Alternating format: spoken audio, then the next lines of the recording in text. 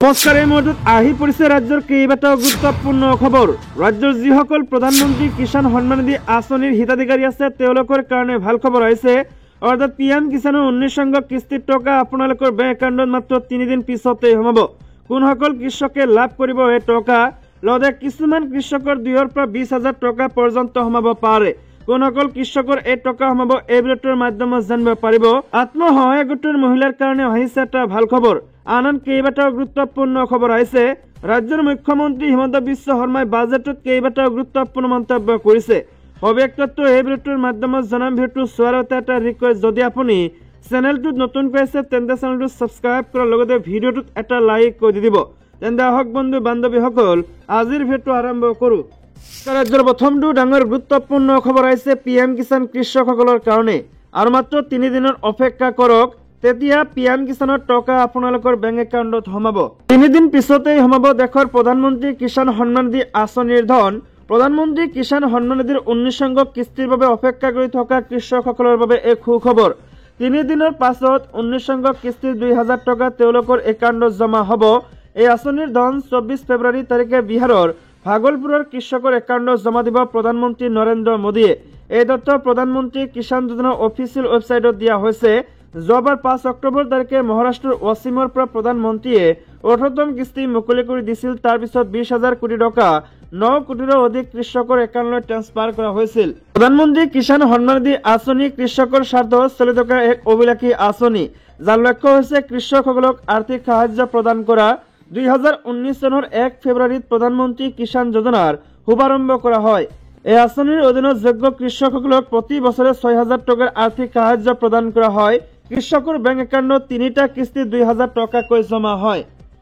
লগতে যিসকল আত্মসহায়ক গোটৰ মহিলা আছে তেওঁলোকৰ বেংক একাউণ্টত ফেব্ৰুৱাৰীৰ শেষত নাইবা মাৰ্চত 10,000কৈ টকা সোমাব। আৰু এক গুৰুত্বপূৰ্ণ মন্তব্য কৰিছে ৰাজ্যৰ মুখ্যমন্ত্ৰী হিমন্ত বিশ্ব শৰ্মা। ৰাজ্যৰ আন এটা ডাঙৰ গুৰুত্বপূৰ্ণ খবৰ হৈছে APSC কেলেংকাৰীক লৈ সদনত হৰফ হৈ পৰে মুখ্যমন্ত্ৰী হিমন্ত বিশ্ব শৰ্মা। 3 দিন ধৰি গৌৰৱ গগৈ অস্বীকাৰ কৰা নাই অভিযোগ। বিধানসভাৰ বাজেট অধিৱেশনৰ আজি তৃতীয়টো দিন। সদনত মুখ্যমন্ত্ৰী ডক্টৰ হিমন্ত বিশ্ব শৰ্মাৰ ভাষণত স্থান পায় APSC কেলেংকাৰী প্ৰসংগই। ৰাজ্যপালৰ ভাষণৰ ধন্যবাদ সূচক প্ৰস্তাৱ মুখ্যমন্ত্ৰীৰ।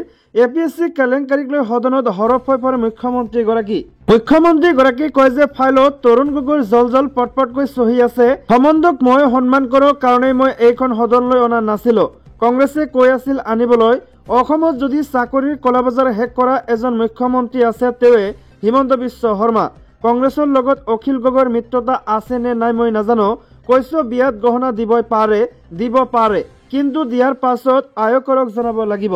2014 চনৰ আয়কৰত সেই কথাৰ উল্লেখ নাই। গিফ্ট টেক্স হৈছে 30%। এইখিনি যদি মিছা কৈছে আৰু কি মিছা কৈছে আমি কেনেকৈ জানিম? আজি 3 দিন হৈ গ'ল, গৌৰৱ গগৈ অস্বীকাৰ কৰা নাই। তেওঁক অখিল গগৈয়ে সুৰক্ষা দিয়াত হয়তো সুখী। কংগ্ৰেছৰ লগত মিত্ৰতা কৰি একো লাভ নাই। এপ্ৰিললৈ সেয়া স্পষ্ট হৈ যাব। মই বিচাৰো যে তৰুণ গগৈৰ পুত্ৰ হিচাপে গৌৰৱ গগৈয়ে নিজৰ পিতৃৰ লিগেচিটো ডিফেণ্ড কৰক। নিজৰ পিতৃৰ ওপৰত অভিযোগ আহিছে, 3 দিন ধৰি তেওঁ একো কোৱা নাই। লগতে ভাষণ প্ৰসংগত অখিল গগৈক সৰু ল'ৰা আখ্যা দিয়ে মুখ্যমন্ত্ৰীগৰাকীয়ে। তেওঁ আৰু কয় যে পুৰুষ দুৰ্বল হলে মহিলাৰ ওপৰত আক্ৰমণ কৰে। মানুহে ভাবে আপুনি সক্ৰিয় বিধায়ক, কিন্তু আপুনি একোৱেই নহয়। আদালতত গৈ কথা কোৱাৰ আপোনাৰ সাহস নাই। শৰ্মা আয়োগৰ প্ৰতিবেদনত মোৰ নাম নাই, আপোনাৰ আছে। লগতে ৰাজ্যৰ পৰৱৰ্তী ডাঙৰ গুৰুত্বপূৰ্ণ খবৰটো হৈছে এডভান্টেজ আছাম 2.0ক লৈ মুখ্যমন্ত্ৰীৰ সংবাদমেল। এই পৰ্যন্ত এডভান্টেজ আছামৰ বাবে 18,575 গৰাকীয়ে আবেদন কৰিছে। লোকসেৱা ভৱনত বৃহস্পতিবাৰে মুখ্যমন্ত্ৰী হিমন্ত বিশ্ব শৰ্মাই সম্বোধন কৰে সংবাদমেল। এডভান্টেজ আছাম 2.0 সন্দৰ্ভত এই সংবাদমেল সম্বোধন কৰে মুখ্যমন্ত্ৰীগৰাকীয়ে কয় যে কাইলৈৰ পৰা গুৱাহাটীত হ'ব ঝুমুৰৰ অনুশীলন। 24 ফেব্ৰুৱাৰী তাৰিখে প্ৰধানমন্ত্ৰীৰ সন্মুখত প্ৰদৰ্শন হ'ব ঝুমুৰ নৃত্য। বিশ্ব অভিলেখৰ বাবে প্ৰদৰ্শন হ'ব ঝুমুৰ উপভোগ কৰিব বিদেশী মন্ত্ৰী এছ জয়শংকৰে। সকলো বিভাগৰ মুৰব্বীয়ে উপভোগ কৰিব ঝুমুৰ। 23 ফেব্ৰুৱাৰী তাৰিখে কাজিৰঙালৈ আহিব সকলো। 25 ফেব্ৰুৱাৰী তাৰিখে এডভান্টেজ আছামত উপস্থিত থাকিব। 25 ফেব্ৰুৱাৰীতে উভতি যাব সকলো। ভ্ৰমণৰ সকলো খৰচ বহন কৰিব কেন্দ্ৰীয় চৰকাৰে। 24 মুখ্যমন্ত্ৰী শৰ্মাই লগতে কয় যে অসমৰ উদ্যোগপতি অভিজিৎ বৰুৱাই দিব প্ৰথমটো ভাষণ। SRD গ্ৰুপৰ অনুপম ডেকা উপস্থিত থাকিব এই অনুষ্ঠানত। ভাষণ দিব ৰিলায়েন্সৰ অধ্যক্ষ মুকেশ আম্বানীয়েও। ভাষণ দিব টাটা গ্ৰুপৰ এন চন্দ্ৰশেখৰণে। সজ্জন জিন্দালেও দিব ভাষণ। মন্ত্ৰী এছ জয়শংকৰ সৰ্বানন্দ সোণোৱাল দিব ভাষণ দিব পীযুষ গোয়েল, অশ্বিনী বৈষ্ণৱে।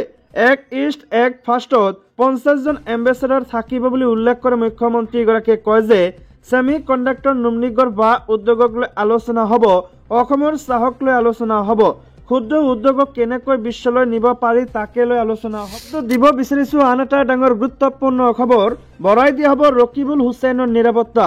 দুৰ্বৃত্তৰ আক্ৰমণক লৈ ক'লে মুখ্যমন্ত্ৰীগৰাকীয়ে। সাংসদ ৰকিবুল হুছেইনৰ ওপৰত প্ৰহাৰ দুৰ্বৃত্তৰ দলৰ। ৰূপহীহাটৰ নতুন বজাৰত ক্ৰিকেটৰ বেটেৰে প্ৰহাৰ কৰা হয় সাংসদগৰাকীক। হেলমেট পৰিধান কৰি থকাৰ বাবে কোনোমতে ৰক্ষা পৰে সাংসদগৰাকীৰ প্ৰাণ। এখন স্কুটিৰে ঘটনাস্থলীৰ পৰা কোনোমতে প্ৰাণ লৈ পলায়ন কৰে হুছেইনে।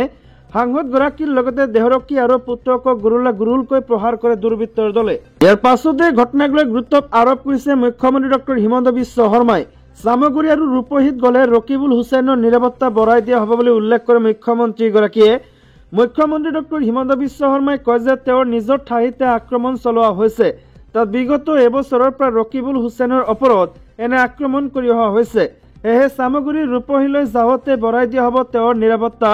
সাংসদগৰাকীৰ নিৰাপত্তাৰ ব্যৱস্থা কৰা বুলিও উল্লেখ কৰে মুখ্যমন্ত্ৰীগৰাকীয়ে। সাংসদগৰাকীৰ ওপৰত আক্ৰমণৰ ঘটনাত প্ৰতিক্ৰিয়া প্ৰকাশ কৰিছে ডিজিপি হৰমিত সিঙে। জিলাৰ আৰক্ষী অধীক্ষকগৰাকীয়ে ঘটনাৰ তদন্ত কৰি আছে বুলি জনায় ডিজিপিয়ে। ঘটনাত 2জন পিএছক কিছু আঘাতপ্ৰাপ্ত হোৱা বুলি তথ্য প্ৰকাশ কৰে।